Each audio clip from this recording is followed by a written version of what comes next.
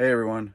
So I get a lot of people asking me, they'd like to see the tiny home that I plan to take with me to Alaska. Um, about 5 months ago, I bought this enclosed trailer. It was a 8 by 16. I think the inside was a little bit wider than 8, and it was a little bit longer than 16, but it's considered an 8 by 16. And it has 72-inch plus ceilings, so it's pretty tall. I got a great deal. I got a great deal on it, so I cannot complain in the slightest a little bit. And then I started adding, what I wanted to do to it.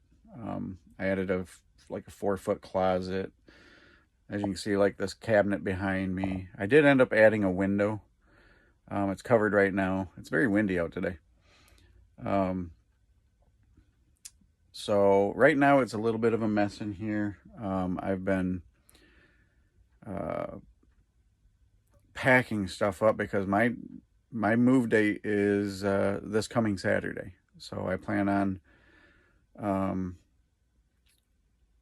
Saturday morning hooking up, and I'm going to stop in and see my kids for a little bit, and then I'm on the road to Alaska. But what I did was I took some pictures of what I had before when I first got it, so you can see what the inside looked like. And then I do have a few other pictures of the things that I've added to it, the walls and, insulation and stuff like that. So you'll have a pretty good idea of what all I've got in here. Feel free, if you have any questions, shoot me, put something in the comments, and I will respond to them. I might not see them all right away, but I will respond at some point. I'll keep an eye on this and make sure everybody gets their questions answered. So here it is. As you can see, it's not the prettiest on the outside, but it does the trick. Back door, wheel well areas, floor. Here's the ceiling.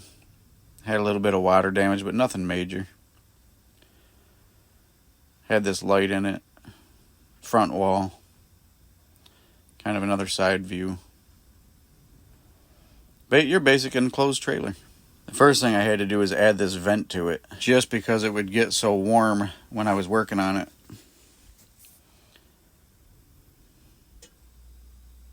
And of course, me being me, of course I had to add a TV to it. Have some entertainment while I was working on it. So it was at this point I decided to go with a rock wool to use for insulation.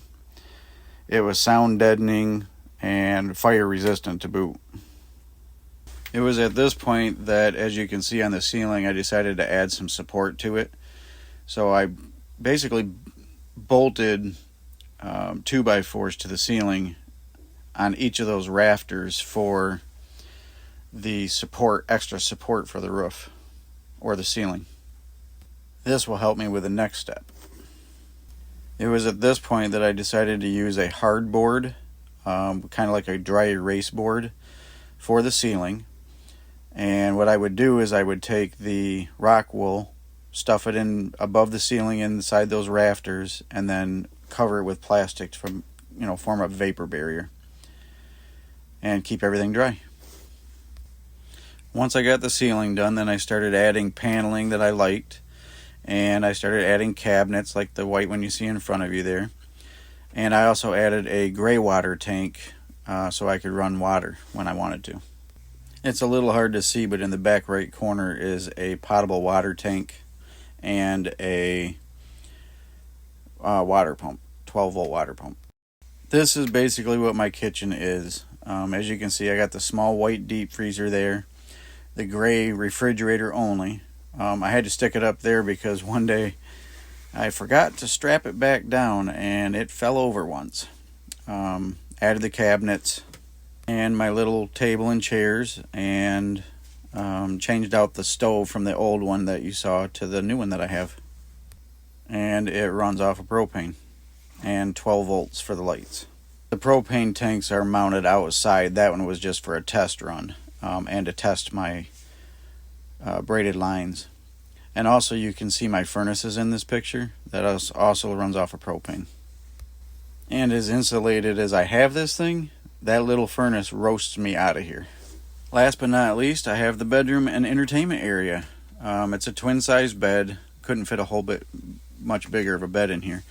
And I added a whole bunch of cabinets across that wall for storage. And to the right of the bed is where the clothes basket is at, is where my closet is. Nothing much in there but just clothes. Back further, I have another small storage area with a shelf in it that I'm using for storage.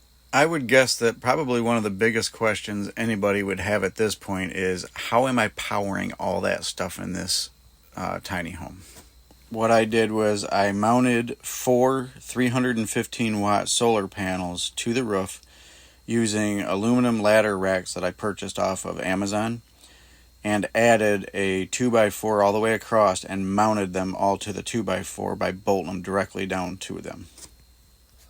Before I did that, though, I did reseal the whole top of this trailer with a rubber sealant.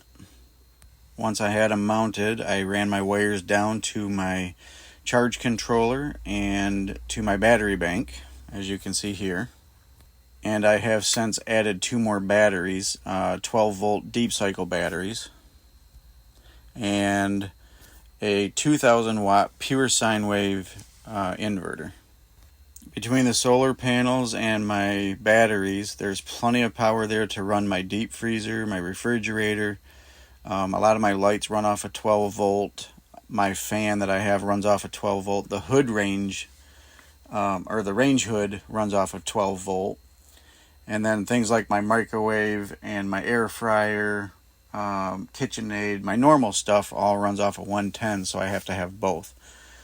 I have wired this with regular house wire to several plugs in order to run all my AC stuff like the television and guitar amps, whatever I want. Each of my plugs run off of this breaker box right here. And then I have 4 different breakers in there. So there you have it. That was a quick tour of my tiny home and what I've put into it. This place has everything that I could need. I have my microwave, I got my oven, furnaces, I got refrigerator, freezer, completely off grid, and everything I could possibly need. I believe I have pretty close to a year's worth of food in here too, between what I have in the freezer and the dry goods that I have. I would expect at some point I get to go hunting and fishing for more food and stuff like that, but again, I have my freezer so I can freeze it, and going to Alaska probably won't be too hard to keep my food cold. Yeah, I look forward to this trip, and I look forward to making more videos. I'm planning on doing some time lapse of my trip, and I'll probably take some videos of other places that I stop to, because once I leave, I have nothing but time. So I'm gonna probably stop off at a few places and check some things out on the trip to Alaska. I will give you guys further updates as I have them, and I will upload videos as soon as I can make them, and I look forward to making many more of them. So thank you all for visiting and seeing my tour. I hope I can make some more exciting videos later on. I hear there's a lot of bears in Alaska. We'll see how that goes. But I will talk to you guys later, and God bless every one of you.